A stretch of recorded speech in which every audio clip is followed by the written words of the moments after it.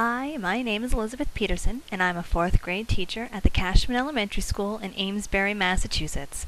I'm also the host of the InspiredClassroom.com and the author of a book called Inspired by Listening, which is a teacher resource book for any teacher who's interested in integrating music into their curriculum. I'm here today to talk to you about teacher collaboration and music integration and how those two things can work together. And I'm going to do so through a couple of projects that I've done myself in my classroom and at my schools. The first one is the National Anthem Project. And what the National Anthem Project is a project done through, it was devised from the MENC, which is the Music Educators National Convention, and which is an organization for music educators across the country. And a few years back, they decided, after figuring out how many Americans really don't know all the lyrics to the national anthem, and that they don't know where the song actually originated from, that they would kind of went on a mission to have music educators educate children about what the song was and what it means for our country.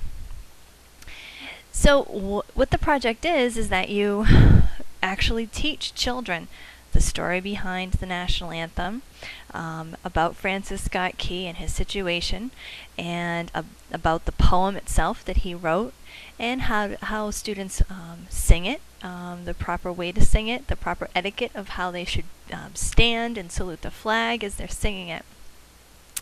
And it's a great way to use collaboration within your school, not just for music teachers, it's for history teachers, social studies teachers, language arts teachers, and just about anybody. And in fact, when I implemented the project in my school that I'm in now as a 4th grade teacher, the whole school community really came together to make this happen. I sent out the information to my teachers, all of the teachers that I work with, via email and in person, and they were equipped with books. There are multiple books written on the story behind the Star-Spangled Banner, many of them with beautiful illustrations. I equipped them with links to the poem, the 4-stanza poem that Francis Scott Key did compose while he was on a ship watching the battle at Fort McHenry. And also, links to the actual song, the notation of the song, as well as proper etiquette on how to recite the Pledge of Allegiance and sing the national anthem. And the anniversary for the national anthem, the penning of the national anthem, is actually very early in the school year. It's on September 14th. So the first couple weeks of school, it's kind of one of those things where teachers need to put a little effort and time into it to introduce this to their students. But what I've found is that it's become, even with just the 2 years that I've done it at my school, it's become a little tradition, and it's actually a very beautiful way to start your school year. It might even be the first time that your whole school community comes together. So after a couple of weeks into the school year and having teachers in their social studies lessons talking about the history behind the piece, what was the War of 1812? Why was that a war, an important part of our history? And why specifically is it important for us to, because out of it came our Star-Spangled Banner, our national anthem.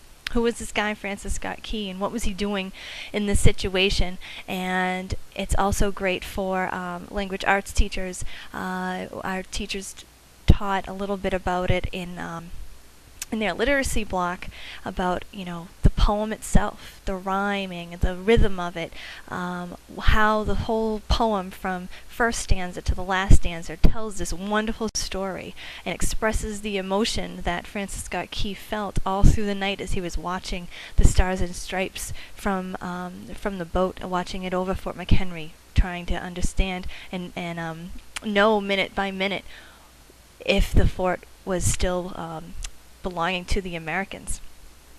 It's a great way to have a little bit of storytelling and poetry in your language classes.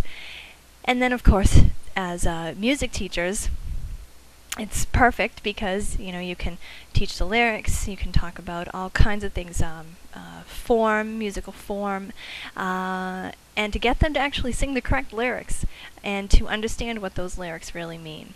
It gives a lot of meaning to the song when you know the history behind it. If you have a band or a chorus in your school, get the band teacher or the chorus teacher in on having them perform. And the culminating assembly for this is to have an assembly on September 14th, which is the official day of the penning and also the official day of the MENC project, the National Anthem Project, and to gather the students together to remember what the National Anthem is and to review the story and have a chance as a whole school community to come together and sing the National Anthem.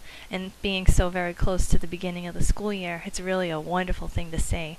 When I did it in my school, it was by a piano accompaniment by me, but I can imagine that if you had a band available, it would be just another layer of really nice a nice layer of music to the whole assembly. Another thing that I was able to do with my volunteer group of my 4th grade students was that after we had learned the story behind the National Anthem, we brought some technology into it as well. What I had them do was use a software called Photo Story, which is a free downloadable software by Microsoft, and basically you take still images and you arrange them like a slideshow, but Photo Story is a little bit different than a normal slideshow, like a PowerPoint, because you can use some of the tools in there to have motion within the slide. So you can choose to focus in on one part of the picture and then come out, or you can start from one part of the picture and go to another part of the picture. So it adds a little bit of motion to it, which is really a nice effect. The best part is that you can do voiceovers. So I gave my 4th graders an abridged version of the story, and they decided what should go with what slide and then did voiceovers using their own voices. You can also lay down a track, so you can either create your own, or in our case, we chose a version of the National Anthem that was performed by the Air Force Military Band. But wouldn't it be wonderful if your own band could lay down a track for that photo story itself? That photo story that they did, I showed them how to use it, how to use the program on my computer, and then I stood back and I said, "It is all you now." And they really took it from there, and they took ownership over that. A copy of that photo story is actually on my website and on my YouTube channel, theinspiredclassroom.com. And if you look up the post on the National Anthem Project, you'll see that it's there as well. It's also in the blueprint for the National Anthem Project for collaborating. The assembly also included the showing of this photo story, and you could tell that the kids were really proud. And I gotta say, in terms of collaboration and true integration of music, this was a very good example of that type of work that was going on in our school. We were able to also call in people from the community, people who wanted to come and see, whether that be families. We invited veterans also to come. So it was a really great way to start the year on a very positive note as a whole community within the school and our neighborhood around us.